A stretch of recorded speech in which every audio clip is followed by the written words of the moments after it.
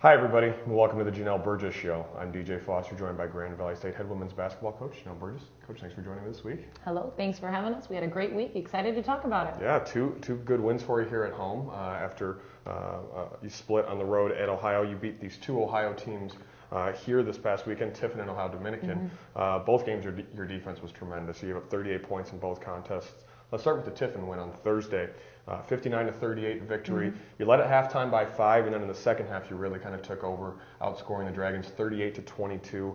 Breonna Taylor was the only player to reach double figures. She had 10 points, 8 boards, 5 assists. We had 6 players with 6 or more points, so a complete team effort there. And Tiffin shot just 24.5% from the field.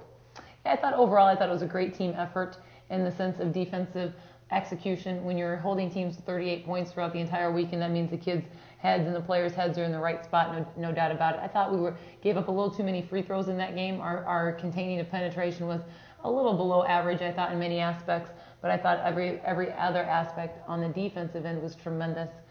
First half offensively, we were struggling a little bit, just being able to hit open shots. It wasn't for a lack of effort or a lack of the extra pass. I thought we were really trying to do everything correctly. Sometimes the ball just doesn't, go in the hole, and I was really proud how we were able to maintain our focus on the defensive end, to maintain our composure and go into the halftime with a lead.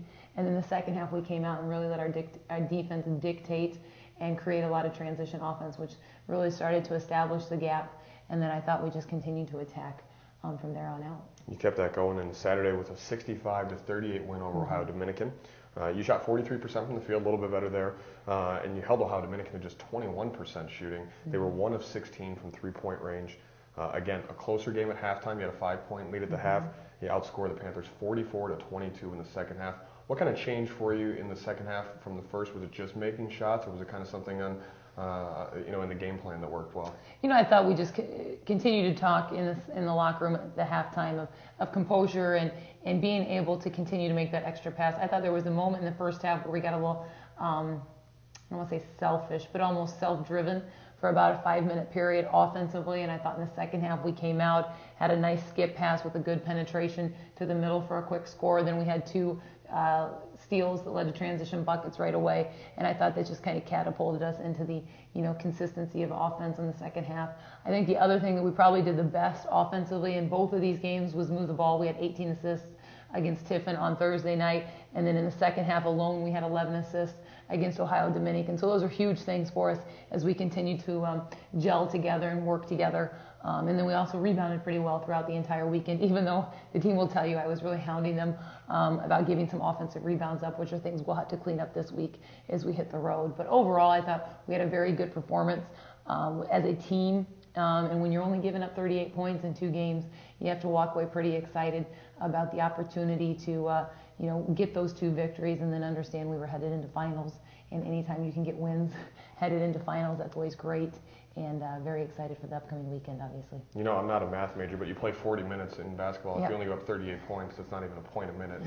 That's pretty good effort from your team there. You're now 6-1 overall. You're 3-1 in GLIAC play. You're only giving up 56 points a game, so that kind of goes with the defensive theme.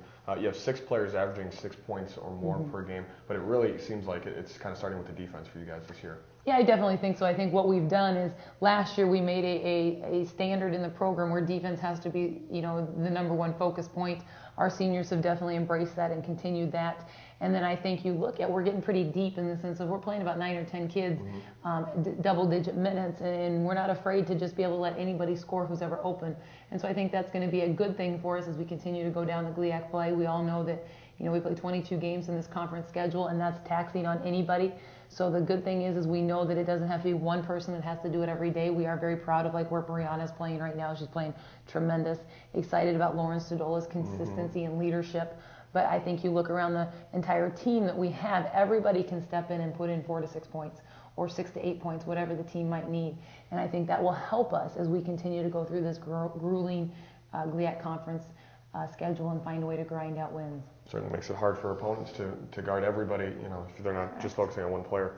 This weekend you go back on the road for your final GLIAC games of the calendar year. You have Hillsdale on Saturday night at 8 p.m. They're 1-3 in the conference to start the season. Then you're at Findlay on Monday at 8 p.m. A little different usually Thursday, Saturday, now it's Saturday, Monday this week, and Findlay is 3-1.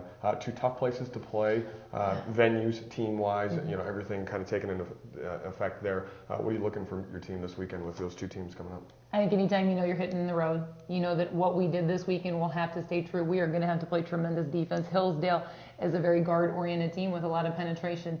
If you look at our roster, we're a little bigger.